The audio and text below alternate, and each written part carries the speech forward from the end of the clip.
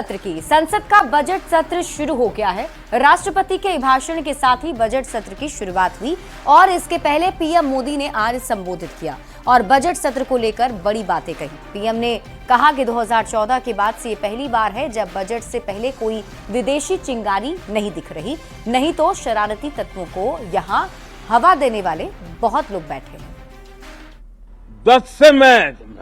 10 साल से 14 से देख रहा हूं, हर सत्र के पहले शरारत करने के लिए लोग तैयार बैठते थे और यहां उसको हवा देने वालों की कोई कमी नहीं है।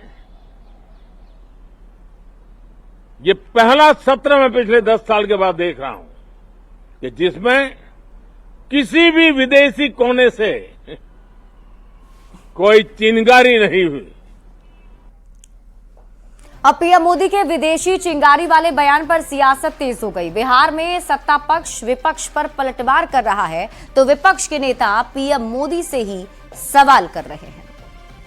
चिंगारी से देश को नुकसान पहुंचाने वालों को माननीय प्रधानमंत्री श्री नरेंद्र मोदी जी ने जमकर खबर दी।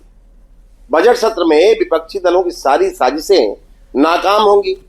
विदेशी चिंगारी को देश में लाकर हवा देने का कुकृत्य नहीं चलने वाला। आदरणीय प्रधानमंत्री जी की ये आदत है कि अपनी नाकामी को, अपनी सरकार की कमियों को छुपाने के लिए वो विपक्ष के ऊपर आरोप लगाते हैं। 11 वर्षों से आप सरकार में हैं, आपकी उपलब्धि क्या है ये बताइए। ये विदेशी चिंगारी की बात कर रहे हैं तो ये देश की किरकिरी किसने कराई है? फिर से एक बार साजिश हो रही है विदेशी चिंगारी के माध्यम से राजनीतिक रूप से आग लगाने। ये कोशिशें पहले भी हुई हैं लेकिन कामयाब नहीं हो पाई। एनडीए की एक मजबूत सरकार इस देश में है जो देश के लिए सोचती है, देशवासियों को कैसे राहत मिले। आग लगाने वाले चाहे वो ट्रूडो हो या हिंडनबर्ग हो, ये दोनों अब नहीं है तो उनको उनके फाइनेंसर प्रोड्यूसर जो झूठी कहानियां प्लांट करते थे वो अब हो नहीं रहा है। तो यहाँ पर बैठे हुए जो उनके तथाकथित अभिनेता थे, आज उनको न स्टोरी है और न फाइनेंस मिल रहा है।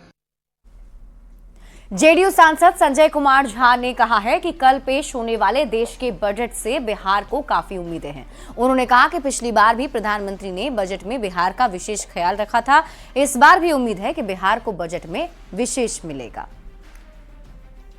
बजट में बिहार के ऊपर विशेष ध्यान प्रधानमंत्री जी का रहा। बिहार हमेशा से हम लोग की पार्टी, हम लोग विशेष राज्य का दर्जा मांगते रहे। बिहार से हमेशा ये आवाज उठता रहा, लेकिन अब क्योंकि वो टेक्निकली पॉसिबल नहीं है तो हम लोगों ने कहा कि बिहार को विशेष पैकेज, विशेष ध्यान देना चाहिए। कि बहुत सारे पैरामीटर में दिखाई पड़ता है कि नेशनल एवरेज से हम लोग कैच नहीं किए हैं अभी भी, लेकिन बिहार बेहतर परफॉर्म कर रहा है। पिछली बार के बजट में निर्मला सीतारमण जी ने, आदरणीय वित्त मंत्री जी ने उसका एड्रेस भी किया है। तो बिहार की अपेक्षाएं बजट से बहुत है।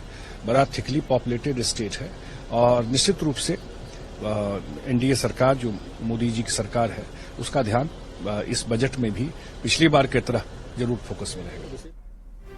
कल पेश होने वाले देश के बजट पर डिप्टी सीएम विजय सिन्हा ने कहा कि कल का बजट 21वीं सदी के विकसित भारत का बजट होगा। ये बजट किसान, युवा और महिलाओं के हित में होगा। 21वीं सदी का विकसित भारत का बजट देश के माननीय प्रधानमंत्री नरेंद्र मोदी जी के द्वारा मां भारती के संतानों के हित में, गरीब, किसान, युवा, महिलाओं के हित में होगा। विकसित भारत बनाने के संकल्प को साकार करेगा। नेता प्रतिपक्ष तेजस्वी यादव ने एक बार फिर से बिहार की विधि व्यवस्था पर सवाल उठाए हैं। तेजस्वी यादव ने कहा कि बिहार में कोई भी ऐसा दिन नहीं गुजरता जब सैकड़ों राउंड गोली ना चली हो। बिहार में पूरी तरह विधि व्यवस्था बिगड़ चुकी है। में परसों हुआ और अभी शायद मुजफ्फरपुर में कल की घटना है, वहां यानी बिहार में ऐसा कोई दिन नहीं है जहां 500 राउंड गोलियां नहीं चलती। बिहार में प्रतिदिन 500 राउंड गोलियां चल रही हैं। बिहार में लॉ एंड ऑर्डर का क्रिमिनल डिसऑर्डर हो चुका है और डबल इंजन की सरकार, एक तरफ भ्रष्टाचार है, एक तरफ पूरी तरीके से आप देखिएगा तो अपराध का इंजन लगा हुआ है। सासाराम से कांग्रेस सांसद मनोज कुमार पर हमले को लेकर आरजेडी ने राज्य सरकार पर निशाना साधा है। आरजेडी के मुख्य प्रवक्ता शक्ति यादव ने कहा कि जातिवादी गुंडों ने हमला किया है, लेकिन इस सरकार में ऐसे तत्वों को संरक्षण दिया जा रहा है। उस पर कड़ी कार्रवाई होनी चाहिए थी, लेकिन कहीं दिखा ही नहीं। कई लोग तो उसको संरक्षित करने का प्रयास किया, वरना अगर कोई अन्य होता तो प्राइम टाइम बन जाता 10 टॉप में देश भर में। लेकिन बेचारा भलाई दलित का बेटा, इसका संज्ञान कौन ले। सासाराम से कांग्रेस सांसद मनोज राम पर हमले को लेकर सियासत जारी है। विपक्ष के नेता सरकार और विधि व्यवस्था पर सवाल उठा रहे हैं तो सत्ता पक्ष के लोग इसका पलटवार कर रहे हैं। केंद्रीय मंत्री जितन राम मांझी ने कहा है कि हमले को कोई सही नहीं ठहरा सकता, लेकिन नीतीश कुमार के शासनकाल में घटना के बाद कार्रवाई जरूर होती है और जो सवाल उठा रहे हैं वे अपने गिरेबान में झांक कर देखें। कि नीतीश कुमार की सरकार में कार्रवाई कितने तेज से हो रही है। माने कब घटना घट जाना हम समझते हैं कि अप्रत्याशित नहीं है, लेकिन घटना के बाद घटना को रोकने की कार्रवाई होती है, जिसे आगे घटना करने वाले लोग जरूर सोचने लग जाते हैं। लेकिन जो बोल रहे हैं, जिनका नाम आपने लिया, उनके पिताश्री के राज में क्या हो रहा था? कोई कार्रवाई नहीं होती थी।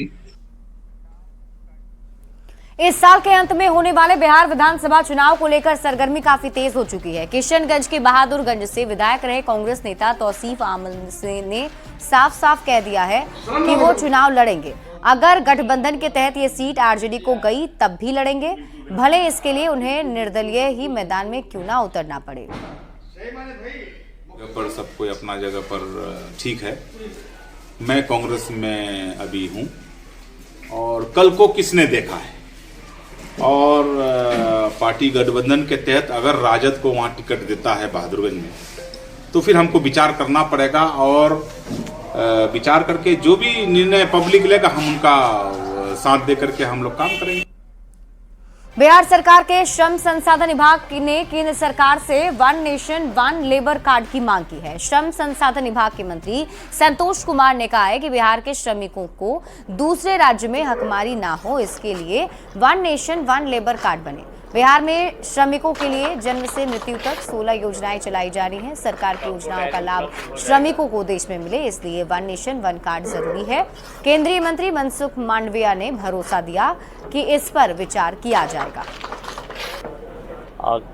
पूरे देश के सभी प्रदेशों के मंत्री 1 नेशन 1 लेबर कार्ड पे सबकी सहमति बनी थी और माननीय मंत्री भारत सरकार मनसुख मांडविया जी भी इस पर सहमति दी है। उन्होंने स्वीकार किया कि नहीं, 1 नेशन 1 लेबर कार्ड जरूरी है ताकि भारत के सभी श्रमिकों को उनकी जो योजनाएं हैं उनसे आच्छादित किया जाए।